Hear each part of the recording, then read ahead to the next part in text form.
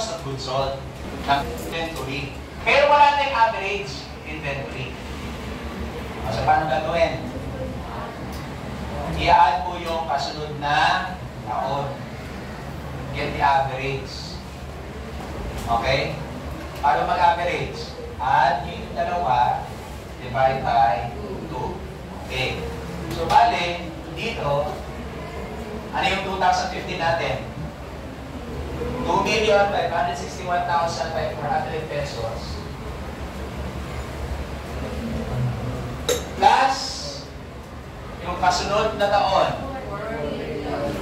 4,558,320 divide by 2. Tapos divide by cost of goods sold, which is ng anong taon? 2015, 2016? 2015. So 6,403,500 pesos times 365. Okay? Kaya nga class, kasi sa mukha, parang ang di ba? Parang ang bigat. Kaya nga mas maiging kung ang first line ng solution nyo ay yung numerator nyo ay yung average na agad nito. Kasi pwede naman yun eh. Kaya naman yun, di ba? Kunin yung average itong dalawa. Add them together, divide by 2. Sir, lagi pang divide by 2? Yes. Lagi pa sir magkasunod na taon? Yes. Sir, pwede bang 3 taon? Hindi. 2 taon na lang eh. Add them together, divide by 2. Maniwala? Maniwala? Okay, do it. Magkano ito? Sir, gagamitin ba natin yung inventory in units? Hindi. Huwag niyo pong papansinin yan. Basis lang po yan kung paano nakuha yun. Kung babalikan niyo yung computation ng cash budget, same lang yan dyan. Okay. So, anong average itong dalawa? Anong average? 3,559,860 divide by 6,403,500 times 365. Ano sagot dito? Mag-solve po kayo, kahit magsulat muna kayo ng mga solution sa notebooks nyo. Ilang araw ito? Ano sagot dito? Anyone? Yes, Marcos?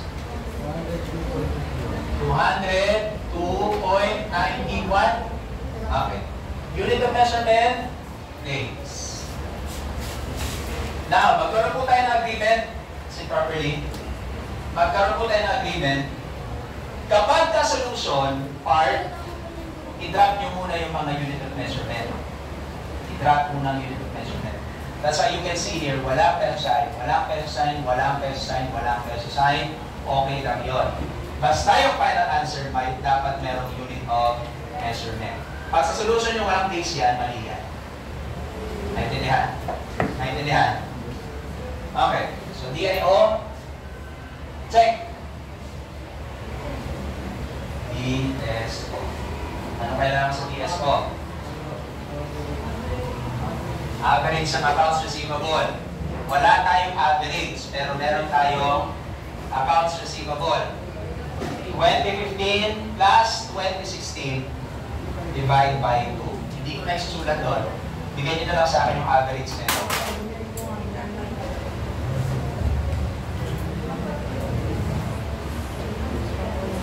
$213,450 plus 379,860 divide by 2. That's how much?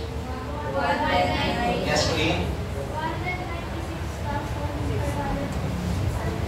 296,655 divide by net credit sales. Sir, walang net credit sales.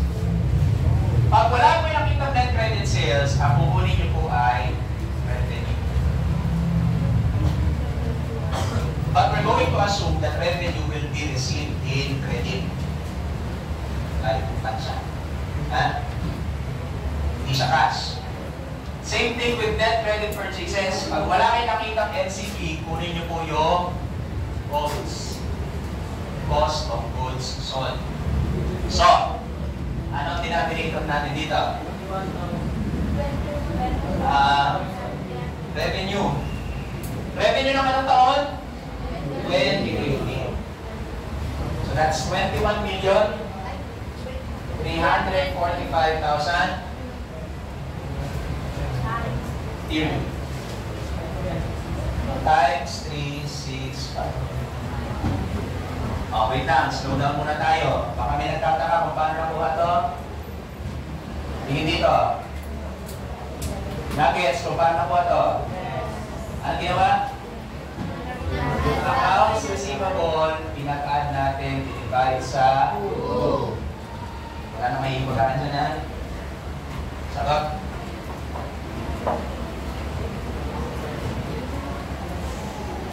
Flores.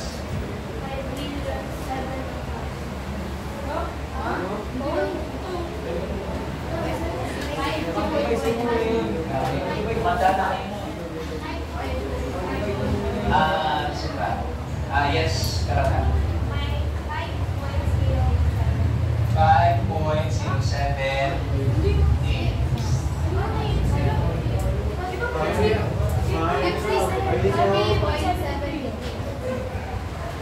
Baka kulang kayo ng zero sa denominator. Ilang zero pinindot nyo? Dapat 3 sa baba. Double check, double check. Sige na, double check nyo. Bago tayo mag-move. Sino ito ang nakuha ay 5.07? 5.07 na nakuha. Solve na? Tapos na. Okay, check. DPO. Accounts payable. Average naman nun. Divide by, average mo, add, then divide by 2. Anong taon again? 2015 saka 2016. So, balik class, pag average lang tayo nag-add, divide by 2. Pero yung mga denominator niya, di ba wala natin ginagawa? Na-extract lang natin directly from this. Kinakabi lang natin. So, ganyan. Accounts payable average niya.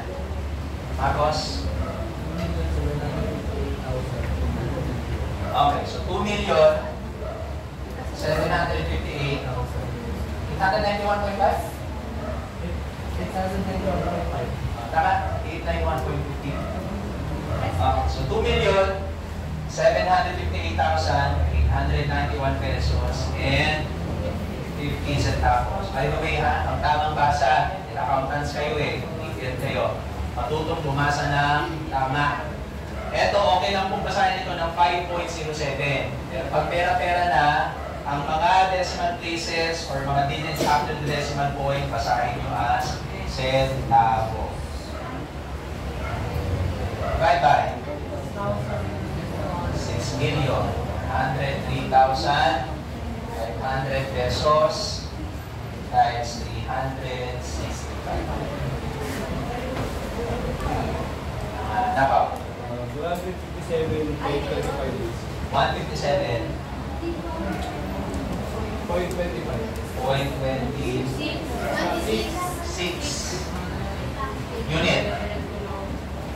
Unit. Days. Huwag mo na magkakalimutan. Sayang. Confirm? Agree? Okay. Check. Tingnan natin. Before tayo mag-compute ng CCC, tingnan muna natin kung may sense ba ito. Sit properly. Sit properly. Anong itakyan? No. I know the formula. Pero ano ang essence ng TIO? Ito yung kung gaano katagal. Uy. Ano rin ang TIO? Gaano katagal bago maubos ang inventory. Gaano daw katagal maubos ang inventory nito? 200 203 days. Reasonable? Okay lang? Tatagal yung stocks niya for 203 days bago maubos. Okay lang? Hindi? Siguro kung ano to, kung isda to, isda karne kulay, hindi ako bibili dyan. Bulat na yun. Hotdog, gano'n. Ito, meron ako din sa rep, 200 days. Bibili mo na. Kaya kayo? Pero ito, anong business to? Oo. Lagi kong i-connect yung numbers sa problem. Anong klaseng business to? Bicycle parts and equipment. Hindi naman nabubulok yun eh.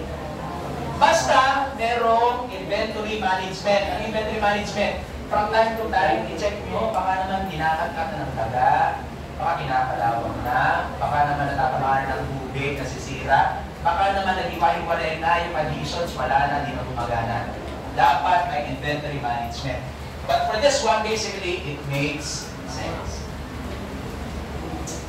TSO. Ano rin ang TSO? Gaano katagal para makolekta yung payment mula sa customers. 5 days daw, makakolekta na yung payment. Reasonable? Reasonable? 5 days dapat bayad na yung customers? Yes. Bicycle parts and equipment lang naman to. Hindi naman ito motor. 5 kayo, bibili kayo motor o 5 days bayad ka tatag. Hindi kayo ng kotse that 5 days bayad na kayo. Hindi. Bicycle parts, mura lang naman yan. No? Mura lang naman yan. Kaya ng 5 days. BPO.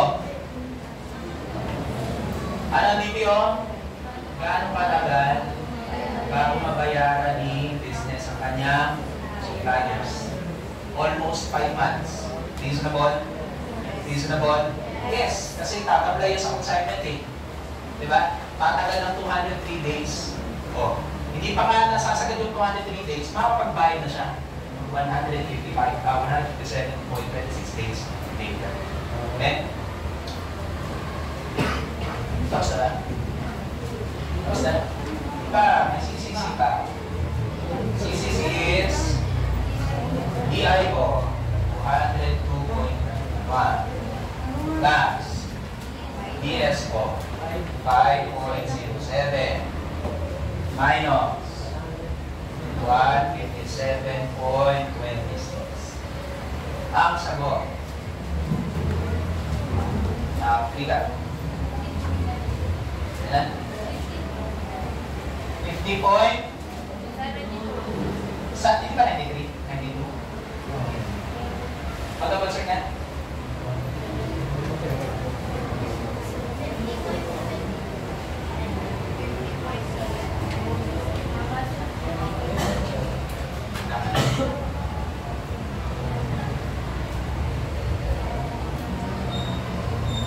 Out.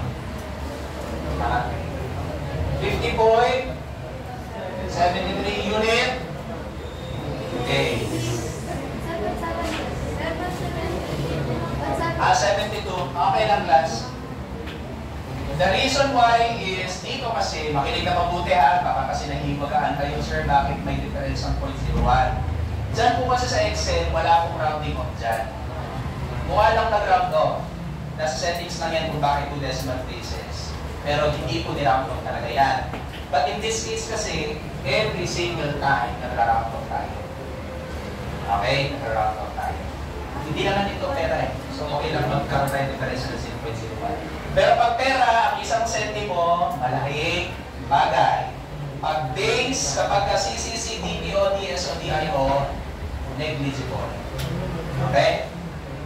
So walang kaso kung ang sagot natin ay 50.72 at ang loga sa kalki ay 50.73. Accept naman.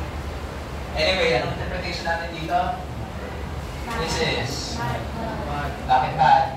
Kasi nakalagay doon bad. Hindi ko bad. Pero this is bad. Meron tayong criteria. Diba? Anong criteria natin? Dito na lang. Criteria for judging. Ayun. Diba? Meron tayong below 30 days.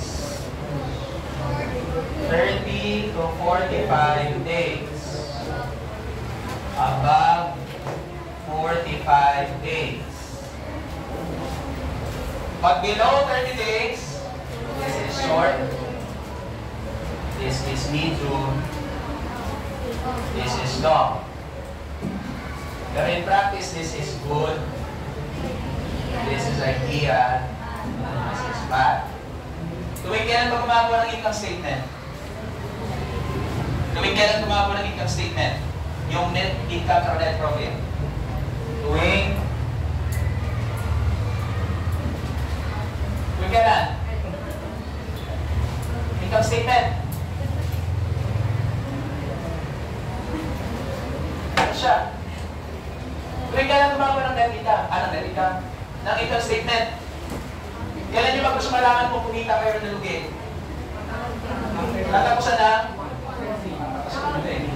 Tatapusan ng buwan. Income statement po, recommended gawin every month. Kaya ang CCC, kinakompute tuwing kailan? Tuwing kailan? Ito yung formula. Tuwing kailan kinakompute ang CCC? Every? Ano siya? Every? Year. Confident. Every? Okay, every year. 365 na eh. Sakat ko na natin. 365. Sir, may 365 hours in a day. 365 days. So, isulat ko ang na huwag kakalimutan. Ang CCC kinocompute every year. Ang income statement ginagawa every month. That is the reason why pag lumagpas na ng 45 days yan, 50 days for example, this is no longer okay. Kasi you need to what?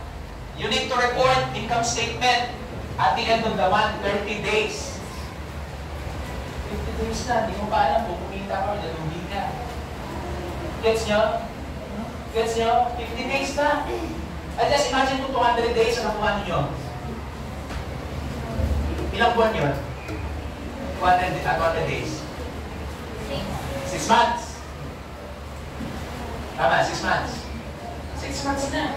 Hindi nyo pa alam kung kumita kayo, nalugi kayo. That's why it's bad. Pag ang lumabas dito is 45 days and above. Good pagka 30 days and below. Hindi pa tapos ang buwan, alam nyo na kung kumita kayo or nalugi. Kasi nakagawa na kayo ng income statement. Nuggets? Nuggets? So pagka with the work ninyo, hindi lang yan, sir, 52.72 days, tapos na. May interpretation ko tayo dyan. Ha? Okay. Sige. Kayo naman. May tanong? Sure. Tutuin nyo. Kasi bago kayo sumakses, dapat step by the step.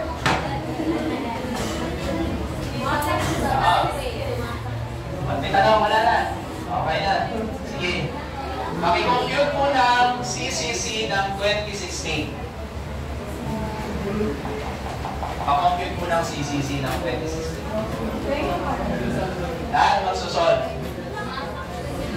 Ang hindi mag-solve, see you next year. Hindi ko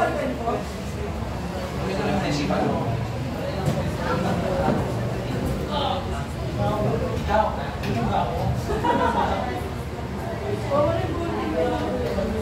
Sa pag 2016, magagamit pati yung 2017 pag kumuha kayo ng average.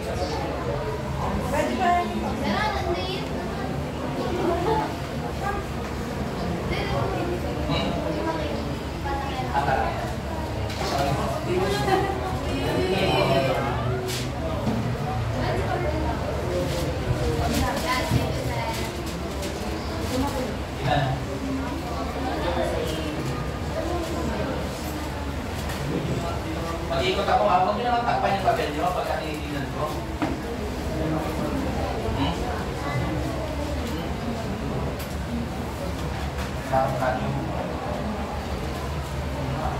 Sige.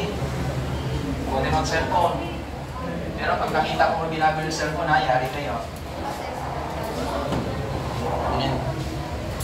Basta mag-solve. Okay lang mag-usap-usap kayo ng mga katabi nyo.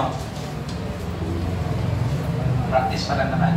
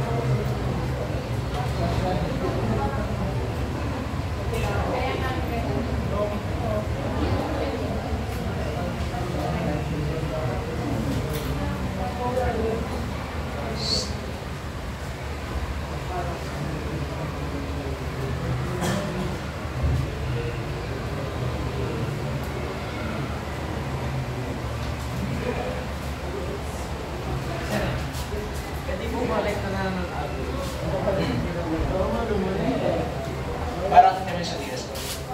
Class yung sa DIO, pwede nyo lang i-diretso yung numerator nun. Lalo kung mas naduduloy kayo pag masyadong maraming numbers.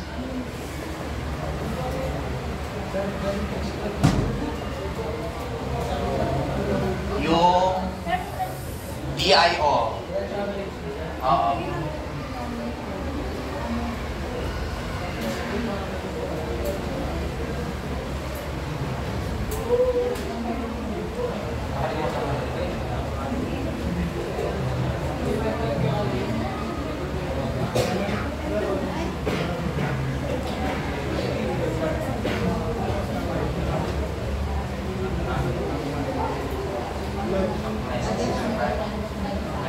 Yan ha. Ano yan, DS ko? Akala mo sisipan mo yan. So ito, add mo itong dalawa. Divide by 2. So kung nasa 2016 ka, kung nasa 2016 kayo, na DS ko, 2. Divide by 2. Nasa inventory, ito. Divide by 2. Payables,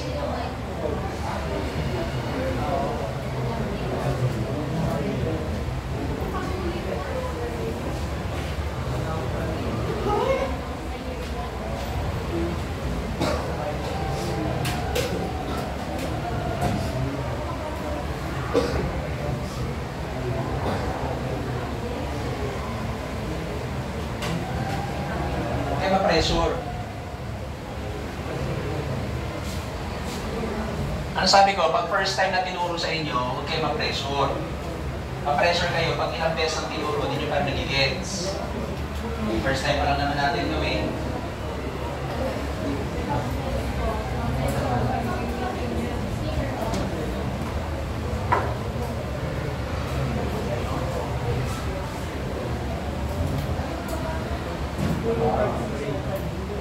Type din.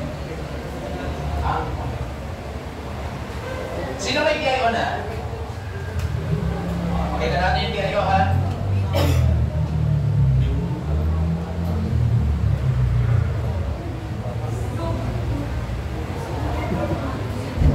Tama?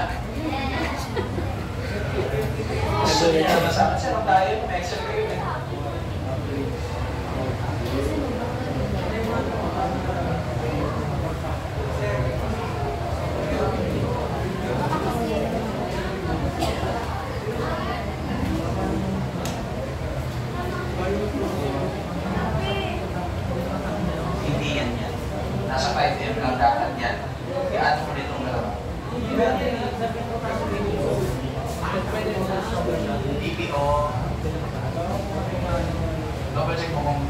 mo kasi kami sa ating sagot. Pero okay lang kung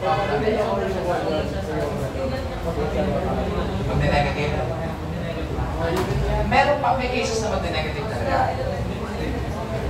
Pero i-double check mo kasi ano po walang negative na ginawa.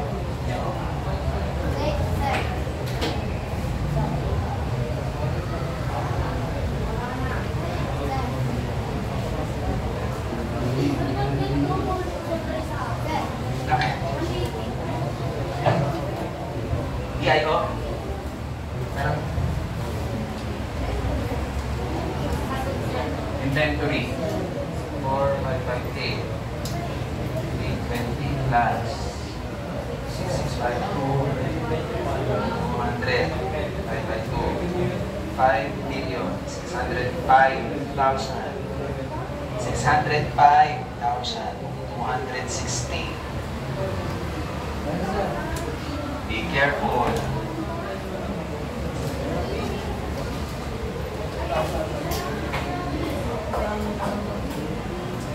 Two decimal places. Mag-round off 2 decimal places, guys, ha? Next time nga, magbibilog na lang kayo ng 1 para madali ko kayo mapuntahan.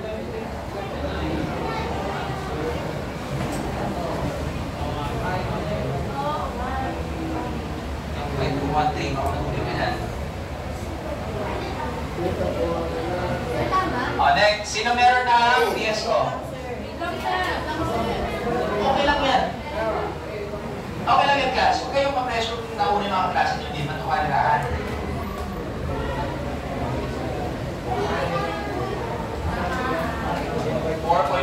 days. Sino nakadalawa ng tama? Okay, very good. Yung isa natin sa puti.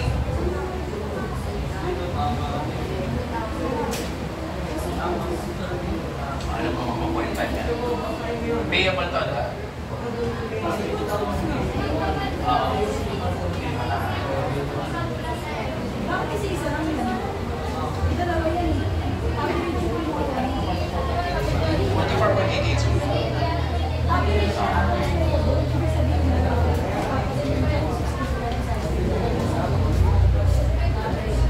Class, huwag yung mahayaan na hindi nyo nagigets yung naunang parts kasi doon na to.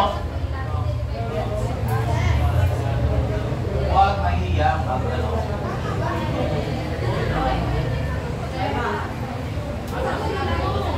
Yes, o.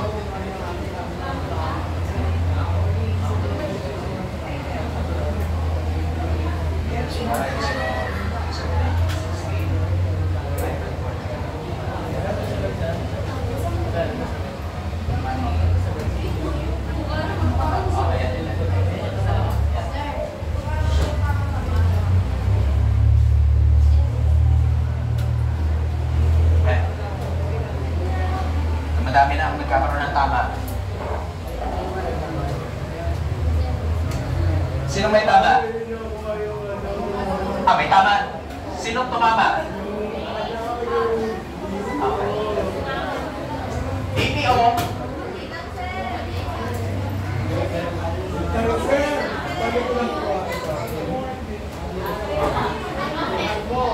Ayan naman.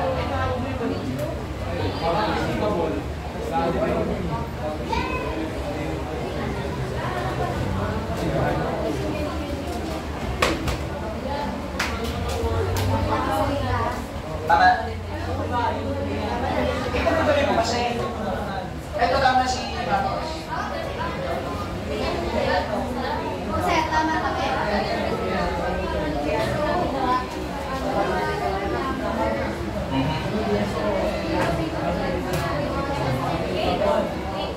Kulang. 4 point ano? 4.49. Pagka-average.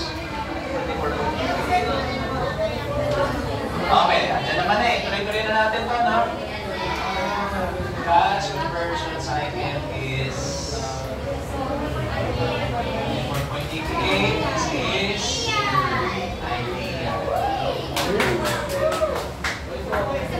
Okay. Sino ang nasa tamang landas? Kahit yun na lang muna. Sino nasa tamang landas?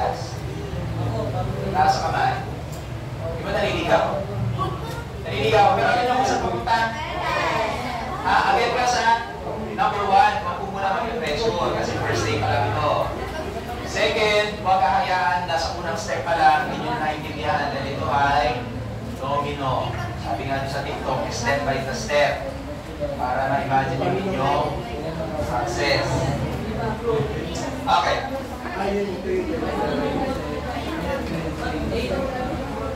Alright, since time na, listen. Everyone listen.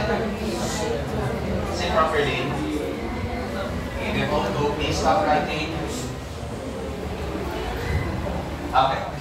Practicein nyo po yung 20...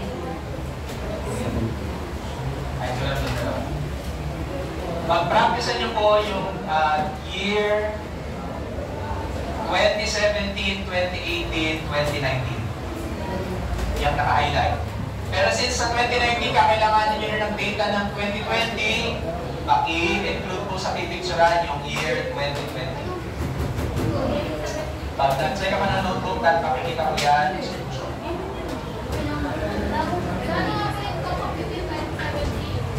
Sa 2017, kakailanganin nyo po yung sa 2018. Sa average, pagka-average. So, doon sa 2019, kakailanganin nyo yung 2020.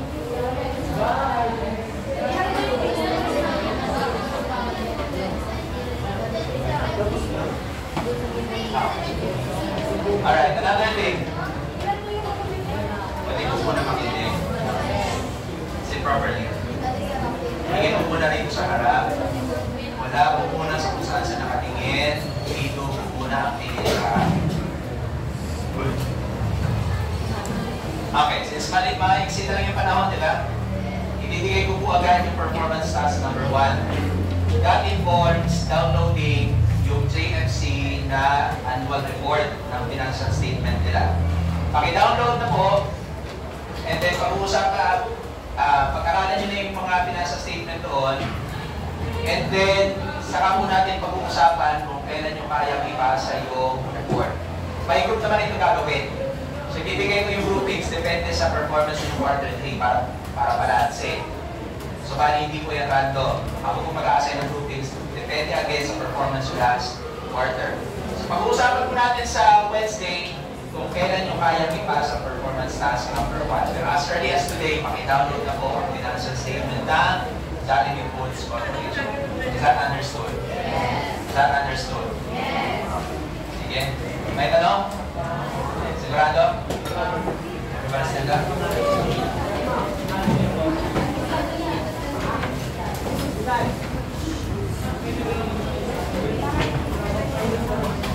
Paano mo na yung